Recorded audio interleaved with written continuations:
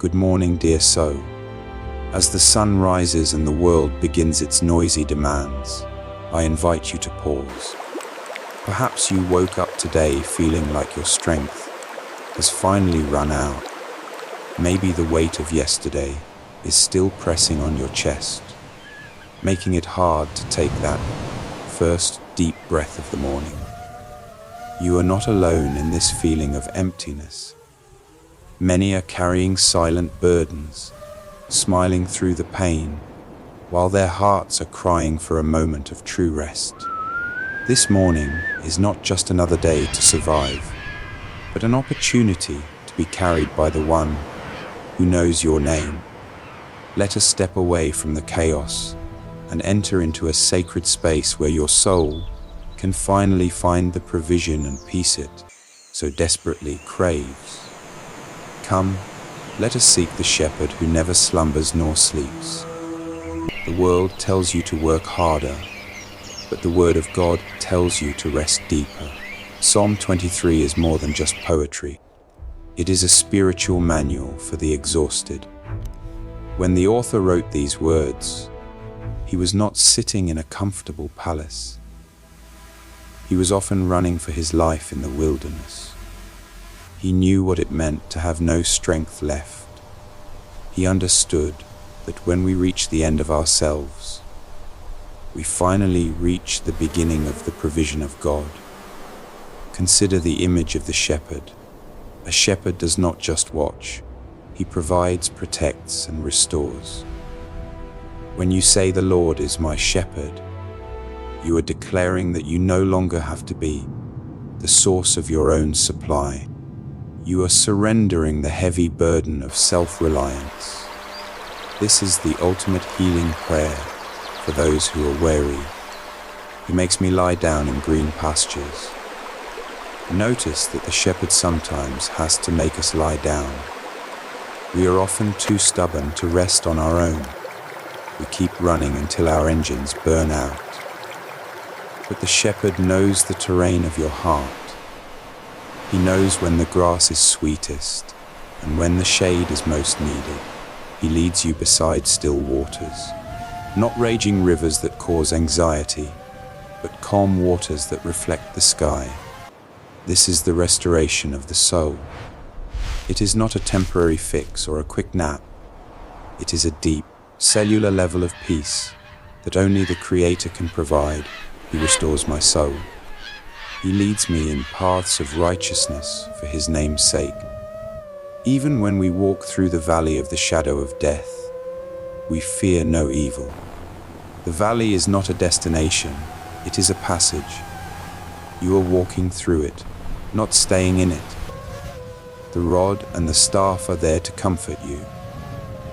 The rod protects you from the wolves of worry, and the staff gently pulls you back when you wander toward the edge of despair. You are never walking alone in the dark. There is a table prepared for you, right in the middle of your struggles. Your enemies may be watching, but they cannot touch the feast that God has set before you. He anoints your head with oil. In ancient times, oil was used for healing and for honoring guests. You are an honored guest at the table of the King. Your cup does not just have enough, it overflows. This is the abundance of grace. It is not based on your performance or your productivity. It is based on the character of the shepherd. Surely goodness and mercy shall follow you all the days of your life. Imagine goodness and mercy as two divine guardians walking right behind you, catching you when you fall and guiding you when you lose your way. You will dwell in the house of the Lord forever. This is the promise of eternal belonging. You are not a nomad. You are not an orphan. You are a child of the Most High. Let this truth sink into your bones today. Let the tension leave your shoulders. Let the tightness in your jaw release. You do not have to figure everything out this morning. You do not have to solve the problems of next week or next year. You only have to follow the shepherd for this 1 hour, this one moment. He is the one who carries the map. He is the one who knows the way home. When you feel the pressure to perform, remember the sheep. A sheep does not produce wool by worrying. A sheep produces wool by eating the right grass and trusting the shepherd. Your fruitfulness in life will come from your rest in God. The more you lean into His strength, the more you will find yourself doing things you never thought possible. But it will not feel like a burden. It will feel like a flow. It will feel like grace. Take a moment now to breathe in the goodness of God. Breathe out the anxiety of the world. The shepherd is here. He is calling you by name. He is inviting you to the quiet places. Do not rush away. Stay here in the stillness until your heart matches the rhythm of His peace. Let us meditate on the phrase, "I shall not want." This is a radical statement in a culture built on wanting more. We are constantly bombarded with messages telling us that we are not enough, that we do not have enough, and that we need to buy more to be happy. But the shepherd says that in Him, you have everything. This is the end of the rat race. This is the end of the comparison game. When you truly believe that you shall not want, you are free. You are free to be happy for others. You are free to be generous. You are free to be content. Contentment is not the fulfillment of what you want, but the realization of how much you already have. The green pastures are not just a place of food, they are a place of rest. Sheep will not lie down if they are hungry, if they are afraid, if there are pests, or if there is friction in the flock. The shepherd addresses all of these. He feeds you so you are not hungry. He protects you so you are not afraid. He anoints you to keep the pests away. He leads you in peace to resolve the friction. He creates the perfect environment for your soul to flourish. Think about the still waters again. In Hebrew, this means waters of rest. It is the place where the soul can see its own reflection and the reflection of the Creator. When the water is turbulent, you cannot see anything. When your life is chaotic, you lose sight of who you are and whose you are. But in the stillness, clarity returns. You remember your purpose. You remember your value. You remember that you are a masterpiece in progress. The restoration of the soul is a process of bringing back what was lost.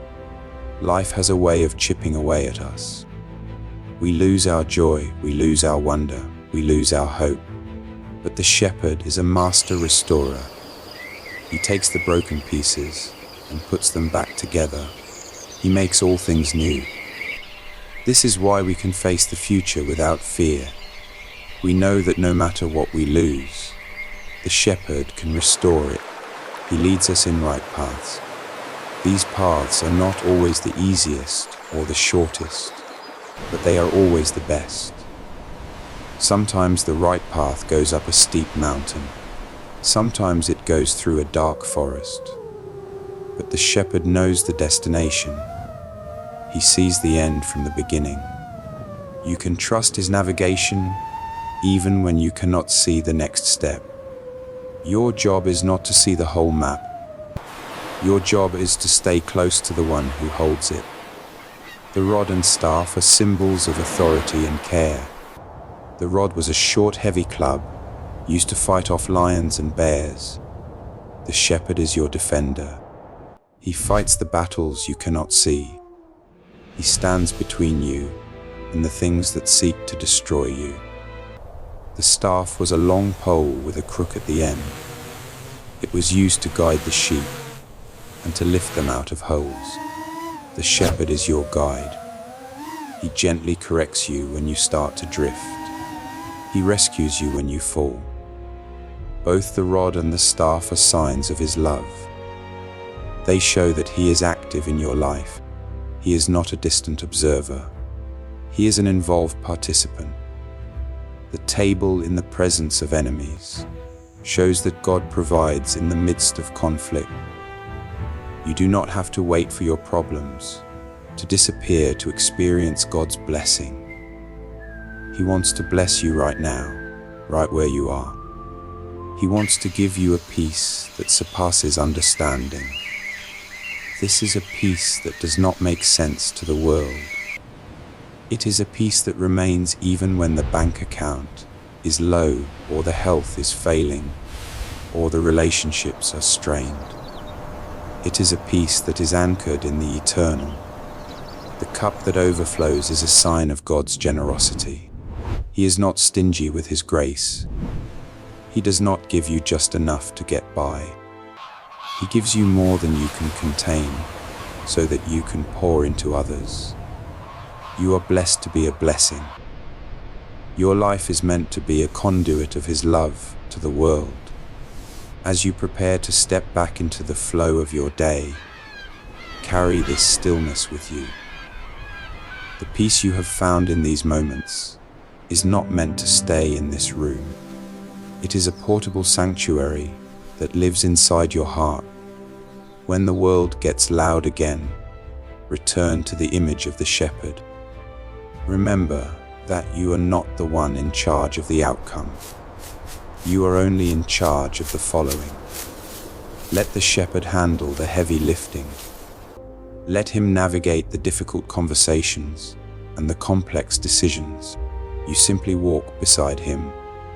If you feel your heart starting to race, take a deep breath and whisper the words, "The Lord is my shepherd." Let that be your anchor. Let it be the rhythm of your breathing. You have everything you need, because He is everything you need. You lack nothing. You are not behind. You are not failing.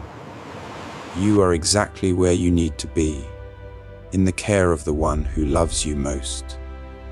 Go forth today with your head held high, not because of your own strength, but because of the one who sustains you.